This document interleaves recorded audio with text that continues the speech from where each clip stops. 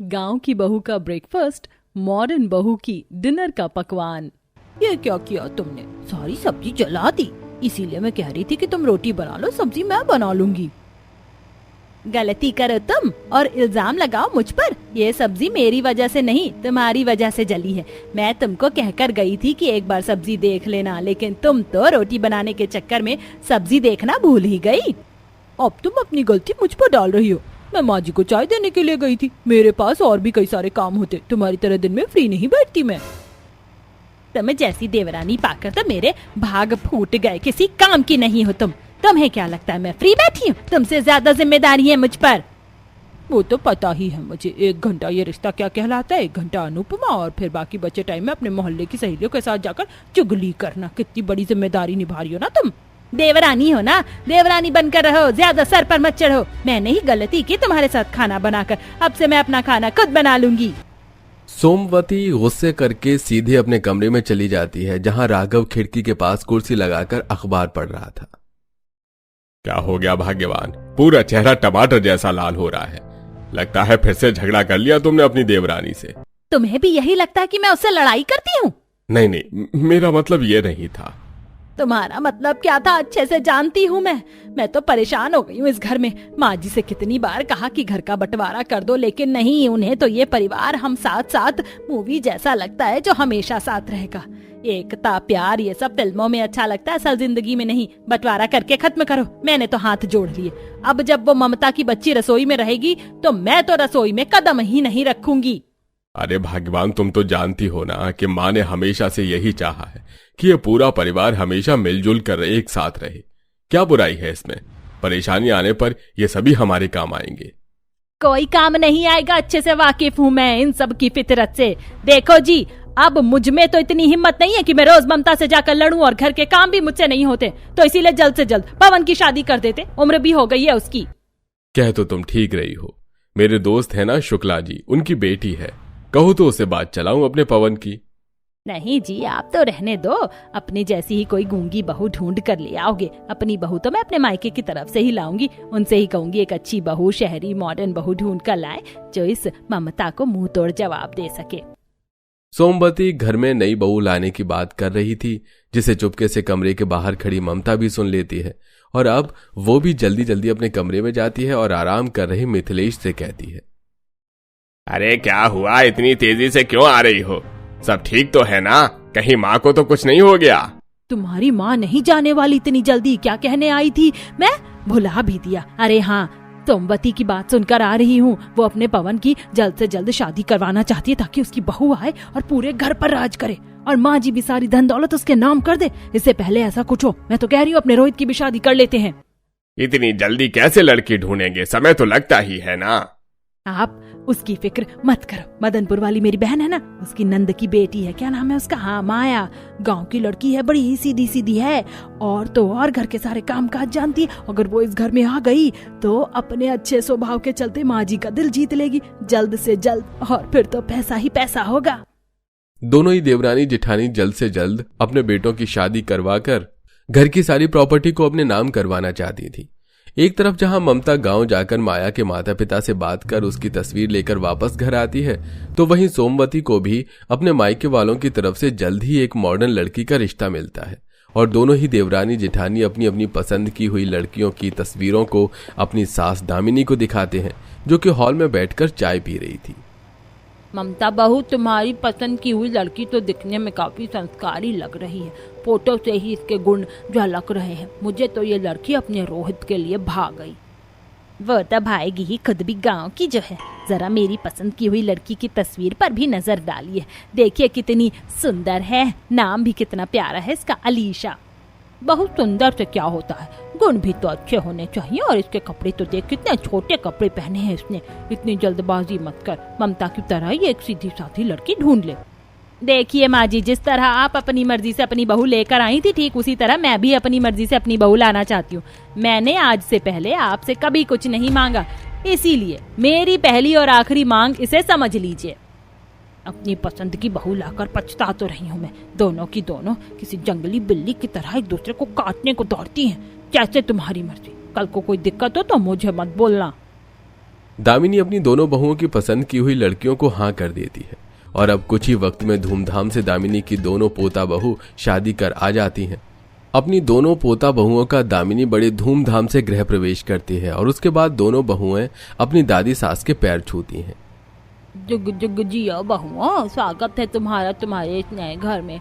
हम सब पूरी कोशिश करेंगे कि तुम दोनों को यहाँ किसी भी चीज की कोई कमी ना हो, हमेशा खुश रहो। लेकिन तुम दोनों को भी मेरी एक बात हमेशा याद रखनी है। जब मैंने इस घर में पहली बार बहू बनकर कदम रखा था, उस दिन से आज तक की तारीख में मैंने हमेशा इस परिवार को जोड़े रखने की कोशिश करी है। इतनी धन दौलत जायदाद होते हुए भी मैंने कभी नहीं चाहा कि मेरा परिवार का बंटवारा हो। इसलिए अब तुम दोनों को भी मेरी जिम्मेदारी को आगे निभाना है और परिवार को एक साथ लेकर चलना है। मेरी बहू को आए हुए अभी 5 मिनट भी नहीं हुए और माँ जी इसे पट्टी पढ़ाने लग गई। मैं तो जल्द से जल्द चाहती हूँ कि मेरी बहू माँ बने और इस घर का बंटवारा हो। कहीं माँ जी इसे बहला फुसला कर अपने जैसा ना बना ले। माँ जी सब थक गए होंगे, बाकी की रस्में हम लोग कल कर लेंगे। अलीशा बहू आओ, मैं तुम्हें तुम्हारे कमरे में लेकर चलती हूँ। तुम भी काफी थक गई होगी ना, तुम भी आराम कर लो। दोनों ही सास अपनी बहुओं को उनके कमरे में ले जाती हैं। ऐसे ही शादी का दिन गुजरता है। अगले दिन अलीशा माया अपने अपने तरीके से तैयार होती हैं और एक दूसरे से किचन में मिलती हैं, जहां दोनों पानी लेने आई थी। अरे तुमने तो सर पर पल्लू रख रखा है। आज के समय में पल्लू कौन रखता है? मुझे देखा, मैंने तो नहीं रखा। अरे मैं गांव की हूँ ना, गांव में तो शादी के बाद सभी रखते हैं, इसीलिए मुझे भी आदत है। वैसे मैं पहली बार शहर आई हूँ, कुछ बताओ ना शहर के बारे में।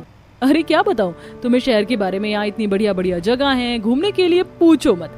इस संडे मैं तुम्हें अम्यूजमेंट पार्क लेकर चलूंगी और फिर उसके बाद हम दोनों काफी शॉपिंग करेंगे। वैसे भी मैं कभी गांव नहीं गई, मैंने सुना है कि वहाँ काफी गर्मी होती है, लाइट भी बार बार चली जाती है।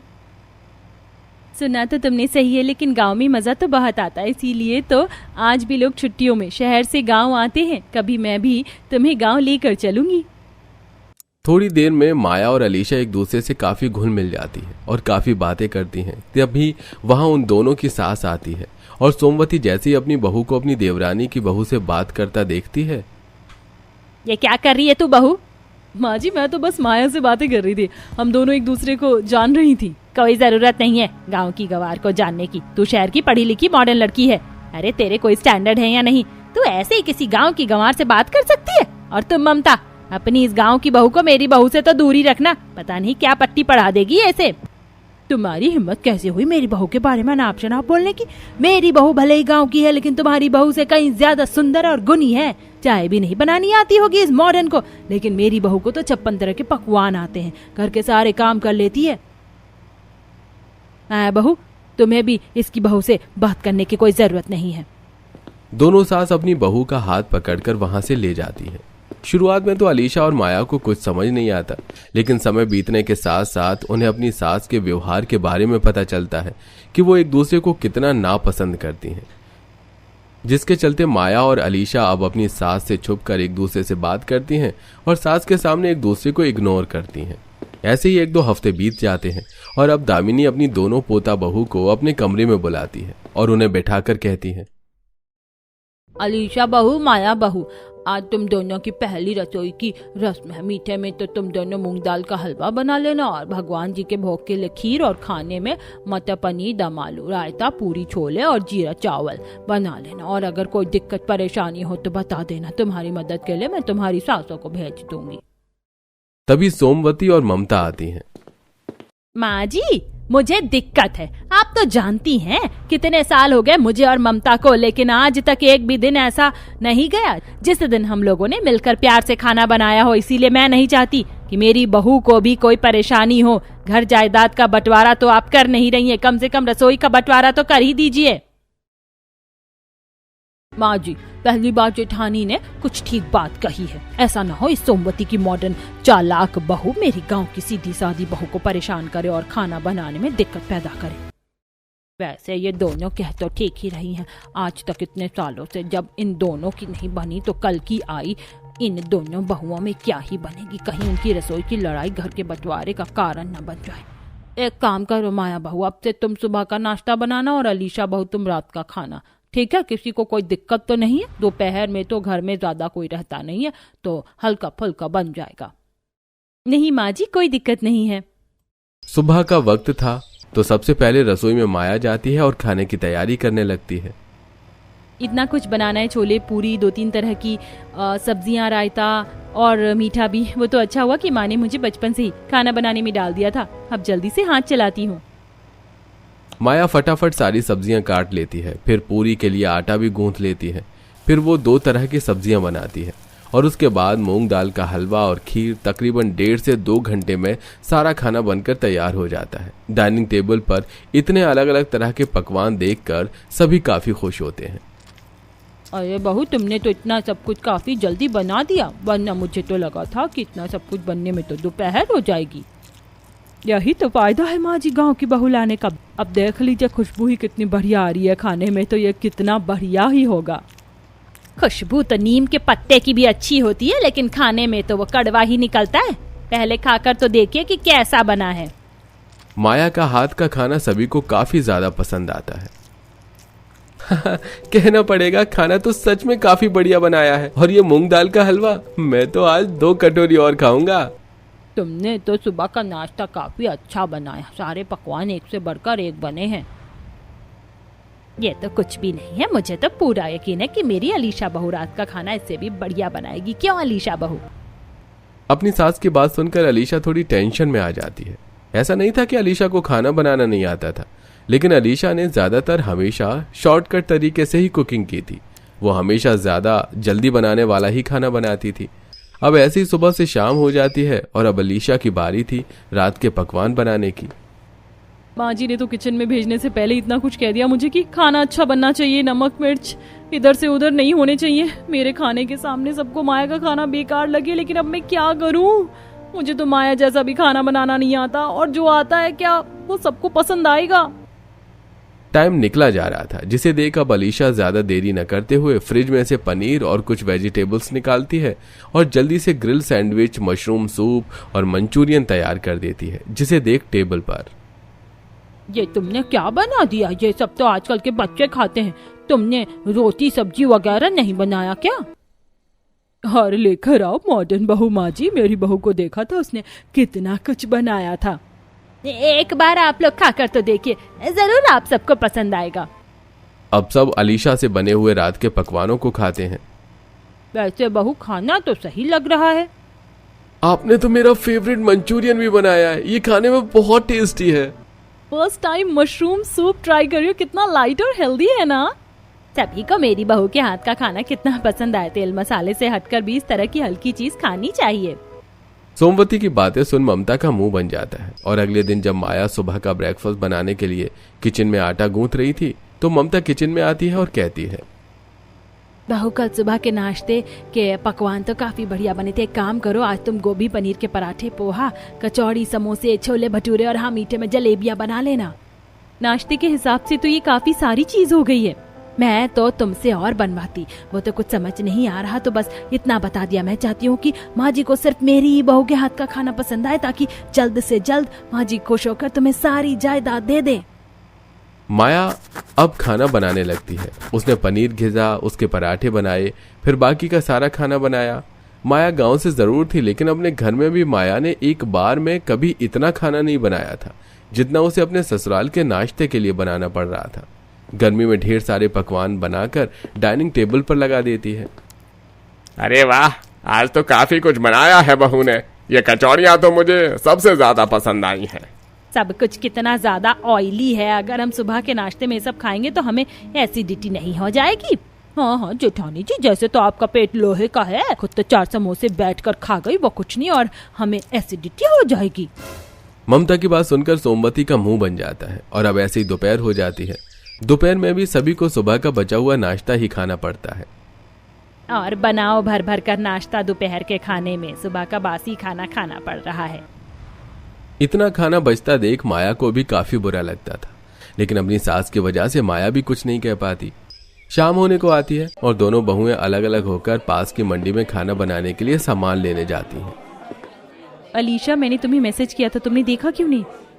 क्या बताऊं माया, मेरी सास ने तो मेरा दिमाग खराब करके रख दिया है। हमेशा आ जाती है कुछ ना कुछ नया आइटम लेकर कि बहू ये बना लेना रात के खाने में, वो बना लेना। मैं तो परेशान हो गई हूँ।